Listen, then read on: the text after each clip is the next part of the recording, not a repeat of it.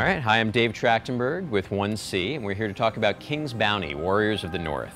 So King's Bounty is one of our top franchises. Hopefully everyone already knows about it. We had The Legend, we had Armored Princess, and here we have Warriors of the North, which we're introducing right now for the first time ever. This is actually pre-alpha. No one's ever seen it before, but we have playable for you. So just do give us a little bit of leeway, because you're going to see it again. It's all in Russian. We haven't localized it yet. You may also see some screen tearing and some other stuff. Again, it's pre-alpha. This is brand new. We just asked the devs to give us something just so we could show it to your folks. Now, like all of our King's Bounty games, you go ahead and choose your character. You've got your choice between going for a mage, going for a paladin, or going for a warrior.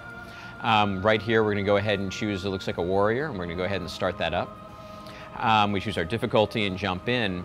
Now, Warriors of the North is going to bring you about 40 to 50 hours of gameplay, so much like Armored Princess, just depending on your difficulty level and what you choose to do while you're in the game. Obviously, it's an RPG. We've got quests for you. You're going to be talking to hundreds of different NPCs during the game. It is, again, made by Qatari Interactive, one of our top developers, and they do have a very detail-oriented style, but it's still a little cartoonish, so it's got a really nice feeling to it.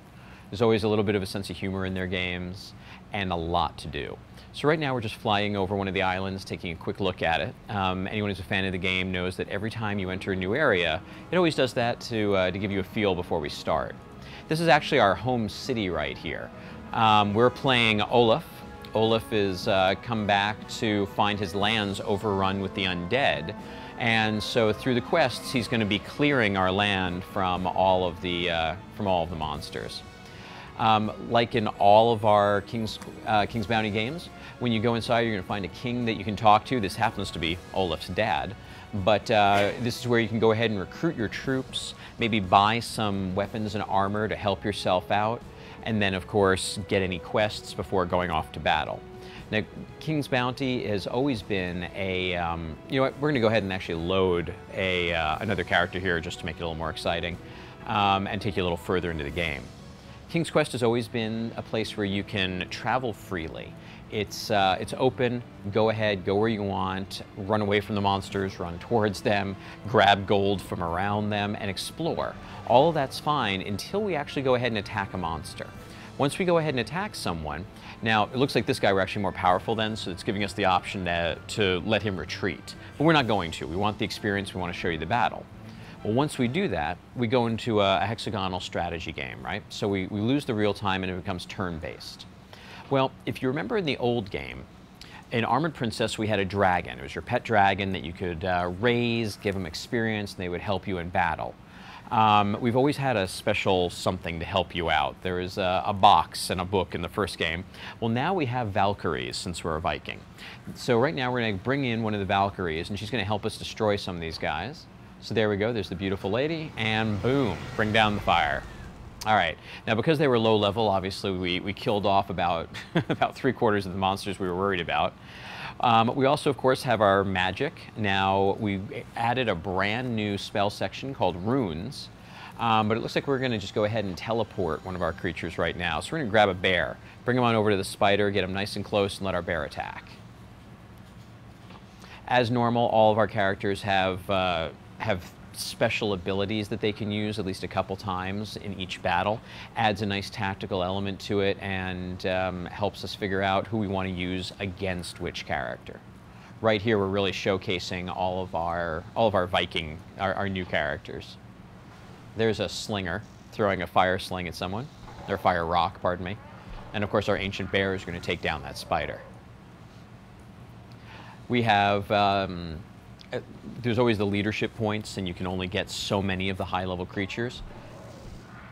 But it looks like this was an easy battle for us. I was going to say we have 10 of our big guys, but yet we've got 76 slingers.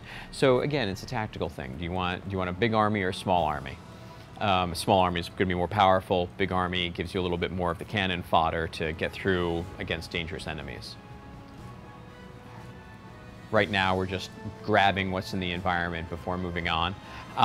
Your horse, once you upgrade them enough, can become like a Pegasus. It'll actually sprout wings and slowly be able to fly higher and higher to bring you to different areas on the map. Of course, you can also ride around, and you can also get on your Viking ship and take it to different islands. We're going to go ahead and load up one of those right now, actually.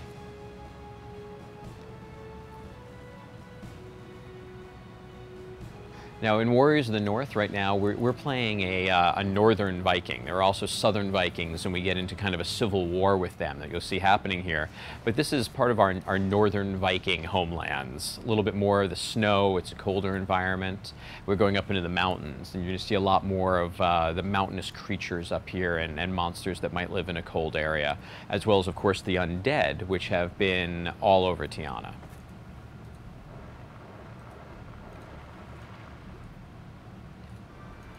In this village, we can get quests, right? We can get our experience. We can also go up to the castle there.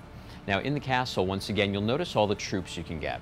So beyond the weapons, you've got 260, 100, and then you've got 14 of the really powerful guys, but they're going to require more of your leadership points. So again, which do you want? Personally, we've got guys, when they're testing this game, who do 1,000 peasants, because they figure those peasants, even though they're weak, can kill just about anything when you've got enough of them.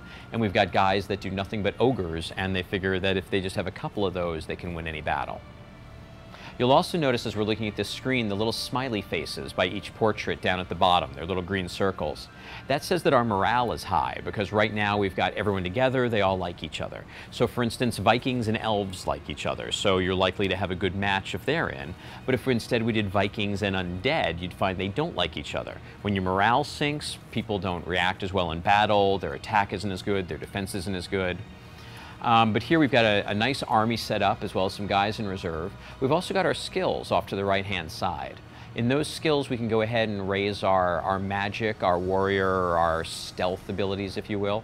And by putting points in them, it gives our main character some extra abilities. We also have locations from the previous game. In fact, you may remember in King's Bounty, The Legend, this is actually the very first city that you go into. This is in Tiana. Well, notice that it looks a little different. The dirigible has been deflated, the area is green and overrun, and that has to do with what I was telling you before about the undead creatures which have been taking over the land. So in this particular area, even though you've seen it before, it's a completely new experience just because of what's been done to the land until you can bring it back. But we even have some of the old characters in here. If you went inside that castle, you'd see Princess Emily, and she's now married and has a family. Totally different thing because, again, we've moved on in time, but yet we still want to tie everything together. So again, this is King's Bounty, Warriors of the North. It's brand new for us, but we are hoping to have it out by the end of the year. And it'll be coming from 1C, and it'll be available online.